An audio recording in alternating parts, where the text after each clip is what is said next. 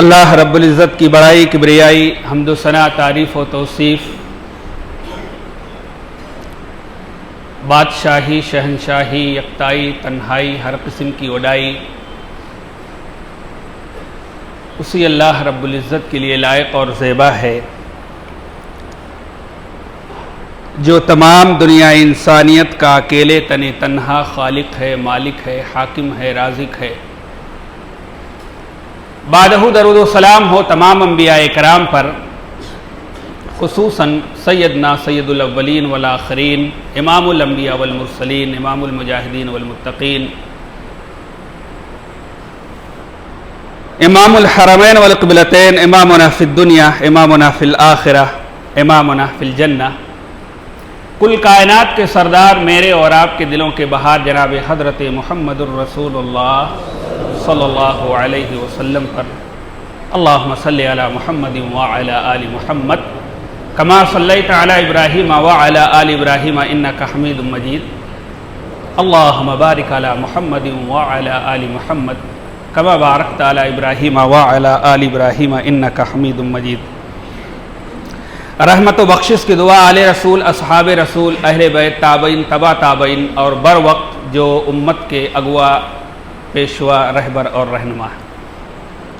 حاضرین جمعہ، قوم و ملت کے جوان اور نوجوان ساتھیوں، بڑے بزرگوں، عزیز بچوں، نیز میری پیاری ماؤں اور بہنوں، خطبہ مسنہ کے اندر جس آیت کو میں نے آپ لوگوں کے سامنے پیش کیا ہے، اسی آیت کی روشنی میں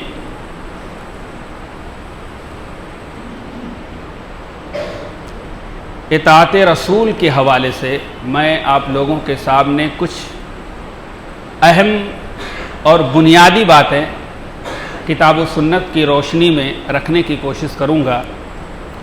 الہ العالمین سے دعا ہے کہ اللہ تبارک و تعالی ہم تمام مسلمانوں کو حق بات کہنے، سننے، سمجھنے اور سمجھ کر اس پر عمل کرنے کی توفیق عطا فرمائے۔ اس سے پہلے خطبہ جمعہ کے اندر محبت رسول کے حوالے سے میں نے آپ لوگوں کے سامنے کچھ باتیں رکھی تھی۔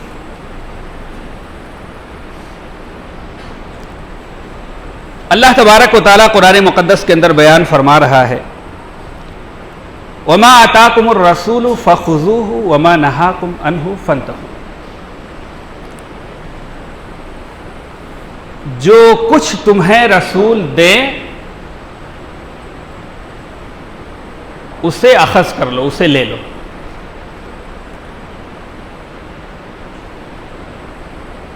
یعنی اللہ کے رسول کا حکم آ جانے کے بعد اب آپ کو دائیں بائیں دیکھنا نہیں ہے، یہ کیسے ہے وہ کیسے ہے، آپ کے سمجھ میں آئے نہ آئے، ایک بار اللہ کے نبی کا حکم آ گیا، بات ختم ہو گئی۔ اب آپ اس کو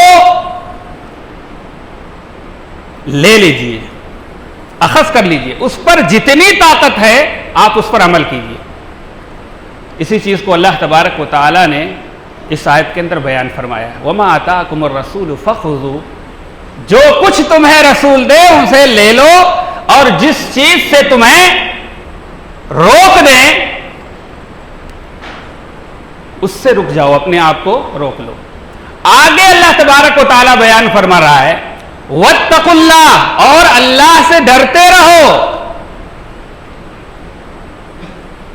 اس آیت کے ٹکڑے پر غور کرنے کی ضرورت ہے۔ وَاتَّقُوا اللَّهَ، اللہ تبارک و تعالی نے الرٹ کیا، اس کے بعد میں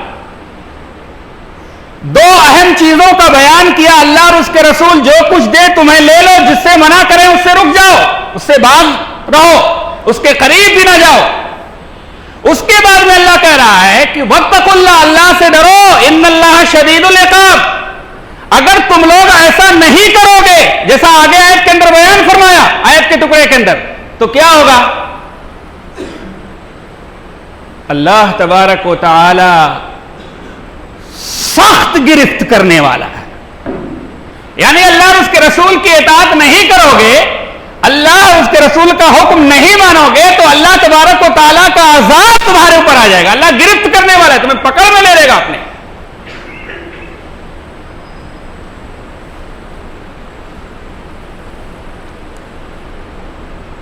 بہت سارے ہمارے بھائی ایک غلط فہمی کے شکار ہیں، اور کچھ دن پہلے مجھ سے یہ بات لوگوں نے کہا بھی کہ اس دنیا کے اندر، اور بہت بڑی گمراہی ہے، یہ بہت بڑی گمراہی ہے، انسان کا جو عقیدہ ہے، ایمان ہے، اسلام ہے، سب کچھ چلا جائے گا، کچھ بھی نہیں بچے گا، سب کچھ ختم ہو جائے گا، کہ احادیث کی وجہ سے بہت سارے اختلاف برپا ہو جاتے ہیں، اس لیے قرآن کے اندر جو کچھ ہے اس پر عمل کرو۔ میرے بھائی اور دوستو، اگر احادیث کو نکال دیا جائے، اللہ کے نبی جناب محمد رسول اللہ صلی اللہ علیہ وسلم کے حکم کو نکال دیا جائے، قول و فعل کو نکال دیا جائے، تو اسلام کے اندر بچے گا کیا؟ ایک آدمی مر جائے،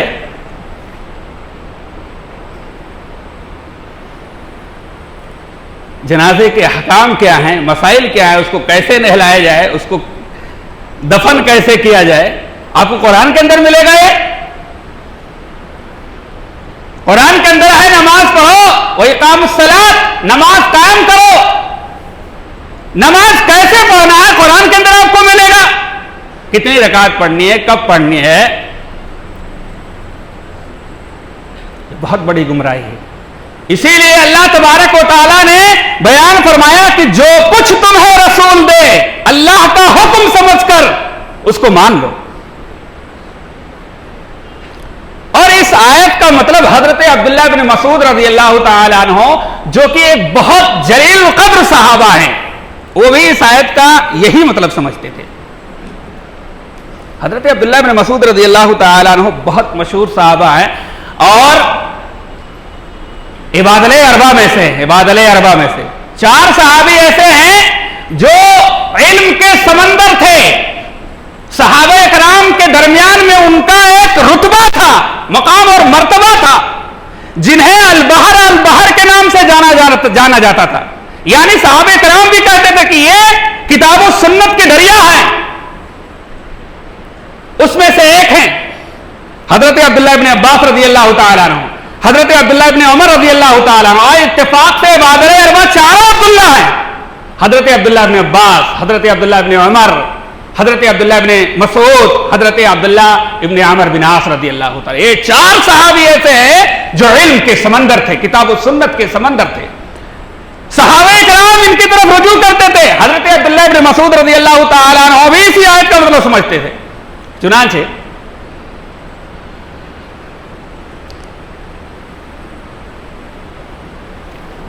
بخاری شریف کے اندر ایک روایت ہے، اور مسلم شریف کے اندر بھی یہ روایت موجود ہے، حضرت عبداللہ ابن مسعود رضی اللہ تعالی عنہ کے شاگرد علقمہ وہ بیان فرماتے ہیں کہ حضرت عبداللہ ابن مسعود رضی اللہ تعالی عنہ نے بیان فرمایا، لعن اللہ الموشمات والمؤتشمات، اللہ تبارک و تعالی کی لعنت اور ملامت ہو ایسی عورتوں کے اوپر جو گودنا گدواتی ہیں، یعنی گودنا گدوانے والی پر اور گودنے والی پر دونوں کے اوپر لعنت اور ملامت ہو۔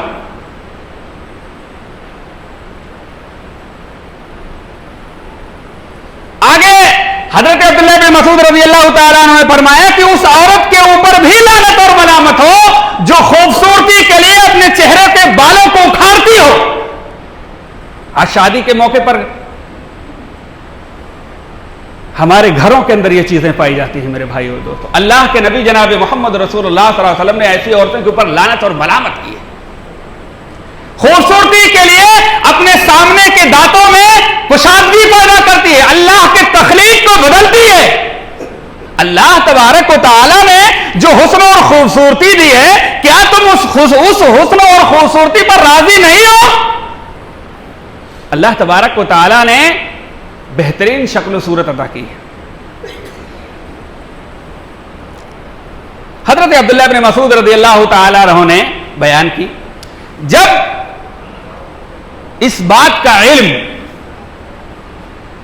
قبیلے بنو سعد کی ایک عورت کو ہوتی ہے جسے ام یعقوب کہا جاتا ہے، وہ جو ہے حضرت عبداللہ بن مسعود رضی اللہ تعالیٰ عنہ کے پاس آتی ہے. غور سے سنیں، اور میری مائیں اور بہنیں خاص طور سے غور سے سنیں.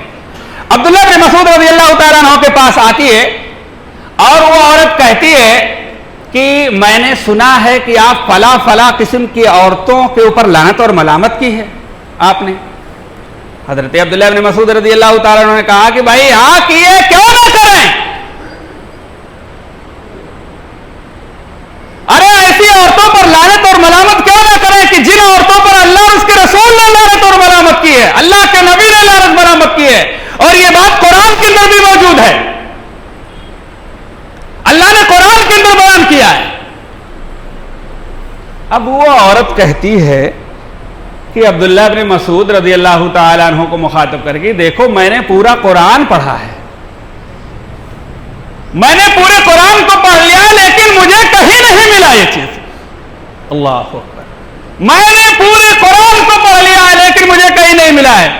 حضرت عبداللہ بن مسعود رضی اللہ تعالیٰ عنہ نے کہا کہ اگر واقعی تو قرآن کو پڑھی ہوتی تو تجھے ضرور ملتا. کیا اللہ تبارک و تعالیٰ نے قرآن مقدس کے اندر یہ نہیں بیان فرمایا ہے وَمَا آتَاكُمُ الرَّسُولُ فَخُذُوهُ وَمَا نَهَاكُمْ عَنْهُ فَانْتَهُوا؟ اللہ نے قرآن کے اندر یہ نہیں بیان کیا ہے کہ اللہ اور اس کے رسول جو کچھ تمہیں دیں اسے لے لو اور جس چیز سے تمہیں منع کریں اس سے باز آ جاؤ. کہ اللہ تبارک و تعالیٰ نے قرآن کے اندر یہ نہیں بیان فرمایا ہے؟ اس نے کہا بلا شبہ بے شک اللہ تبارک و تعالیٰ نے بیان فرمایا. تو حضرت عبداللہ بن مسعود رضی اللہ تعالیٰ عنہ نے کہا کہ اسی لیے میں نے کہا ہے کہ اللہ اور اس کے رسول نے لعنت اور ملامت کی ہے، اسی لیے میں نے کہا کہ لعنت اور پھٹکار ہو ایسی عورتوں کے اوپر جو یہ کام کرواتی ہے اور کرتی ہے. اب جب اس کے پاس کوئی راستہ نہیں رہے گا تو وہ عورت بولتی ہے لیکن جو ہے میں نے آپ کے اہلیہ کو دیکھا ہے، یعنی آپ کے گھر میں یہ چیز موجود ہے، یہ کام جس پر لعنت اور ملامت کر رہی ہو یہ تو آپ کے گھر کے اندر موجود ہے. حضرت عبداللہ بن مسعود رضی اللہ تعالیٰ عنہ نے کہا کہ بھائی ٹھیک ہے اگر تو ایسا بولتی ہے تو جا دیکھ لے میرے گھر کے اندر. بھیج دیا. بڑے غیور صحابی تھے، صحابہ تمام کے تمام غیرت والے تھے. اللہ اکبر. صحابہ تمام کے تمام غیرت والے تھے، لیکن حضرت عبداللہ بن مسعود جیسے جلیل القدر صحابہ جو علم کے سمندر سے کہا کہ بھائی جاؤ دیکھ لو ہمارے گھر کے اندر. بھیج دیا اس عورت کو، کہا کہ جاؤ ہمارے گھر کے اندر دیکھو ایسا کچھ مسئلہ ہے. چنانچہ وہ عورت گئی اور اس نے کچھ نہیں پایا، اس نے ایسا کچھ نہیں پایا. اس کے بعد میں حضرت عبداللہ بن مسعود رضی اللہ تعالیٰ عنہ نے کہا اللہ اکبر، اللہ اور اس کے رسول کی اطاعت دیکھیے، نبی کی اطاعت دیکھیے. حضرت عبداللہ بن مسعود رضی اللہ تعالیٰ عنہ نے کہا کہ اللہ کی قسم اگر یہ چیز ہماری عورت کے پاس موجود ہوتی تو میں اس کے قریب بھی نہیں جاتا، اس کے قریب بھی نہیں جاتا، وہ میرے گھر میں نہیں ہوتی. اللہ اکبر. یہ اطاعت ہے، یہ اطاعت ہے. بخاری شریف کی ایک روایت ہے، حضرت ابو ہریرہ رضی اللہ تعالیٰ عنہ بیان فرماتے ہیں کہ اللہ کے نبی جناب محمد رسول اللہ صلی اللہ علیہ وسلم نے بیان فرمایا دعونی، مجھے چھوڑ دو، ما ترکتکم، جس چیز کو بیان کرنے سے میں اپنے آپ کو تمہارے سامنے روک لوں مجھے میری حالت پر چھوڑ دو. کچھ لوگ ہوتے ہیں نا کریت کے سوال کریں گے، خوب سوال کریں گے. اللہ کے نبی نے کہا جو بات میں بیان کرنے سے اپنے آپ کو میں تمہارے سامنے روک لوں مجھے میری حالت پر چھوڑ دو، یعنی کریت کے سوال نہ کرو. وَإِنَّمَا أَهْلَكَ مَنْ كَانَ قَبْلَكُمْ، اسی چیز نے، اسی بات نے تم سے پہلے لوگوں کو ہلاک و برباد کر دیا ہے. کثرت سوالہم، بہت زیادہ سوال و جواب کرتے تھے. اللہ اکبر. اپنے انبیاء سے اختلاف اور انتشار کرتے تھے. اس کے بعد میں اللہ کے نبی جناب محمد رسول اللہ صلی اللہ علیہ وسلم نے بیان فرمایا کہ جس چیز سے میں تمہیں منع کر دوں اس سے باز آ جاؤ، اور جس چیز کا میں تمہیں حکم دوں حتی الامکان اسے کرنے کی کوشش کرو جتنی اللہ نے تمہیں طاقت دی ہے. اور اسی چیز کو اللہ تبارک و تعالیٰ نے قرآن مقدس کے اندر بھی بیان فرمایا ہے وَمَا آتَاكُمُ الرَّسُولُ فَخُذُوهُ وَمَا نَهَاكُمْ عَنْهُ فَانْتَهُوا. نبی رسول جو کچھ تمہیں دیں اسے لے لو اور جس چیز سے تمہیں منع کریں اس سے باز آ جاؤ. اتباع اور اطاعت دیکھنی ہے. خاص طور سے میں آج کے خطبہ جمعہ کے اندر کچھ ایسے حدیثوں کو بیان کرنا چاہتا ہوں جو عام طور سے عورتوں سے تعلق رکھتا ہوں. ایک صحابیہ، غالباً ان کا نام فاطمہ بنت قیس تھا یا ام قیس، وہ بیان فرماتی ہے کہ میرے شوہر نے مجھے طلاق دے دیا. اللہ کے نبی، لمبا واقعہ ہے، مختصر کر کے میں آپ کے سامنے پیش کرتا ہوں. اللہ کے نبی جناب محمد رسول اللہ صلی اللہ علیہ وسلم نے انہیں حکم دیا کہ تم ام شریک کے گھر میں عدت گزار لو. اس کے کچھ دنوں کے بعد اللہ کے نبی نے کہا کہ بھائی ام شریک ایک ایسی خاتون ہے کہ جن کے گھروں میں صحابہ کرام کا آنا جانا بہت ہوتا ہے اور صحابہ اکثر ام شریک کے گھر میں آتے جاتے ہیں، لہذا تم عدت جو ہے عبداللہ ابن مکتوم رضی اللہ تعالیٰ عنہ کے گھر میں گزار لو. وہ ایک نابینا صحابی تھے. ان کے گھر میں عدت گزارنے کا فائدہ یہ ہوگا کہ وہ دیکھ نہیں سکتے ہیں، تم اپنے اضافی کپڑے اتار بھی سکتی ہو. چنانچہ اور جب عدت گزر جائے تو مجھے آگاہ کرنا، مجھے خبردار کرنا. حضرت فاطمہ بنت قیس رضی اللہ تعالیٰ عنہ بیان فرماتی ہیں کہ جب میں نے عدت گزار لی، اللہ کے نبی جناب محمد رسول اللہ صلی اللہ علیہ وسلم کو بتلایا کہ میرے پاس 2 آدمیوں نے نکاح کا پیغام بھیجا ہے. 2 آدمیوں نے، ایک معاویہ بن سفیان اور ایک ابو جہم. ان دونوں نے نکاح کا پیغام بھیجا ہے. اللہ کے نبی جناب محمد رسول اللہ صلی اللہ علیہ وسلم نے بیان فرمایا اما ابو جہم لا یضع عصاہ. ابو جہم کے تعلق سے اللہ کے نبی نے بیان فرمایا بھائی رہی بات ابو جہم کی تو یہ اپنے ڈنڈے کو اپنے کندھے سے نہیں اتارتا ہے. اپنے ڈنڈے کو اپنے کندھے سے نہیں اتارتا ہے. اس کا کیا مطلب ہے؟ یہ تو بہت سخت مزاج ہے. کچھ لوگ ہوتے ہیں نا سخت مزاج ہوتے ہیں. اللہ کے نبی نے ابو جہم کے تعلق سے بتلایا اور ابو معاویہ بن سفیان کے تعلق سے بتلایا اللہ کے نبی نے کہ بھائی یہ ایک ایسے صحابی ہیں جو مخلوق الحال ہیں لا مال لہ، جن کے پاس مال و دولت نہیں ہے، تمہارے فرمائش کو اور تمہارے ڈیمانڈ کو پورا نہیں کر پائیں گے. ایک کام کرو، فن کی ہی اسامہ بن زید، تو نکاح اسامہ بن زید سے کر لے. دونوں آدمیوں کے بارے میں بتلایا. اس کے بعد فن کے ہی فعل امر کا سے اللہ کے نبی نے حکم دیا. اطاعت کسے کہتے ہیں آپ سنیے، فرما برداری اور اطاعت کسے کہتے ہیں؟ ایک عورت نے کر کے دکھایا ہے. اللہ کے نبی نے کہا کہ فن کی ہی اسامہ بن زید، اسامہ بن زید سے تو شادی کر، نکاح کر. اس عورت نے اسامہ بن زید کو اپنے لیے مناسب نہیں سمجھا، نہیں ناپسند کیا. دوبارہ اللہ کے نبی نے کہا، اور مسلم شریف کے جو الفاظ ہیں اللہ کے نبی جناب محمد رسول اللہ صلی اللہ علیہ وسلم نے بیان فرمایا اطیعوا اللہ واطیعوا رسولی فإن خیر لک. اللہ اور اس کے رسول کی اطاعت کر، تیرے لیے اسی میں بھلائی ہے، تیرے لیے اسی میں خیر ہے. چنانچہ اس عورت نے حضرت اسامہ بن زید رضی اللہ تعالیٰ عنہ سے نکاح کر لیا، اسامہ بن زید سے. اور وہ عورت خود بیان فرماتی ہے کہ اللہ اکبر، اللہ تبارک و تعالیٰ نے اس اطاعت کے بدلے میں، اس فرما برداری کے بدلے میں، اللہ اکبر، اللہ تبارک و تعالیٰ نے اس نکاح میں اتنی خیر و برکت رکھ دی، اتنی خیر و برکت کوٹ کوٹ کے بھر دی کہ میرے وقت کی جو عورتیں تھیں نا، وہ اس نکاح کے اوپر غبطہ کرتی تھی، رش کیا کرتی. کیسا نکاح ہے، کتنی خیر و برکت والی نکاح ہے، وہ غبطہ کرتی تھی.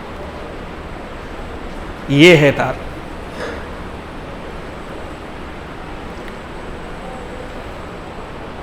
اللہ کے نبی جناب محمد رسول اللہ صلی اللہ علیہ وسلم کے صحابہ بھی اللہ کے پیارے حبیب جناب محمد رسول اللہ صلی اللہ علیہ وسلم کی زبردست اطاعت کرتے تھے. آپ کی زندگی میں آپ کے لیے اپنے آپ کو نچھاور کر دیا، اپنے مال و دولت کو نچھاور کر دیا، اپنے بال بچوں کو قربان کر دیا اور اپنے گھر بار کو چھوڑ دیا، سب کچھ نچھاور کر دیا.